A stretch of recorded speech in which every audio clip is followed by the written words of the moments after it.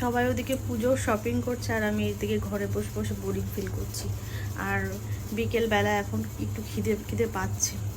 তো এই যে এটা কি বলো তো, এটা হচ্ছে গিয়ে পেঁপে। এই পেঁপেগুলো দু একটা পেঁপে আছে খুব মিষ্টি, দারুণ লাগে খেতে।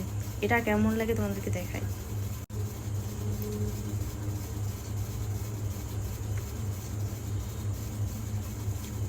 কেমন জানি একটা গন্ধ গন্ধ, মিষ্টি তো একটুও নেই, কেমন একটা গন্ধ গন্ধ লাগছে। যে পেঁপে মিষ্টি হলেও মানে অনেক সময় ভালো লাগে, আর এটা কেমন জানি একটুখানি গন্ধ গন্ধ লাগছে।